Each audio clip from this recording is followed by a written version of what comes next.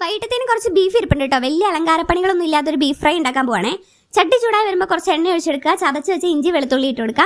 Just പച്ചമണം ഒന്ന് മാറി വരുമ്പോഴത്തേനും നല്ല മെനക്കെട്ടിരുന്ന് പൊളിച്ച് അരിഞ്ഞെടുത്ത കൊച്ചുള്ളി മാത്രമേ ചേർക്കണുള്ളൂ. സബോള വേണമെങ്കിൽ ചേർത്ത് കൊടുക്കാം, പക്ഷെ നമ്മൾ ടേസ്റ്റ് കൂടാൻ വേണ്ടി കൊച്ചുള്ളി മാത്രമേ ചേർക്കണുള്ളൂ. അപ്പോൾ നന്നായിട്ട് വഴറ്റി കളർ മാറുന്നോടം വരെ വഴറ്റി കഴിയുമ്പോൾ കുറച്ച് പൊടികൾ ഇട്ട് കൊടുക്കാം. Kashmiri chilli powder, turmeric powder, garam masala, meat masala, some coriander powder and pinch of pepper powder.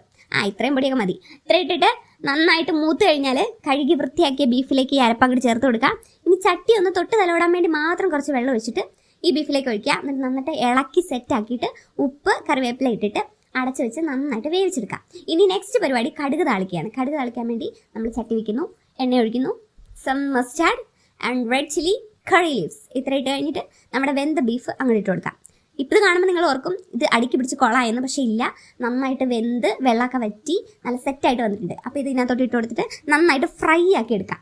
അപ്പോൾ ഇത് കാണുമ്പോൾ നിങ്ങൾ ഓർക്കും ആദ്യം ഉണ്ടായിരുന്ന ബീഫ് ഇതിലേക്കാളും കൂടുതൽ ഉണ്ടായിരുന്നെന്ന്. ശരിയാണ്, ഇവിടെ രണ്ടുപേരും ഉപ്പ് നോക്കാനിരിക്കുന്നുണ്ട്. അവർ കാരണമാണ് ഇത് ഇത്രയായത്. അപ്പോൾ അത്രയുള്ള video. Tata bye bye, see U.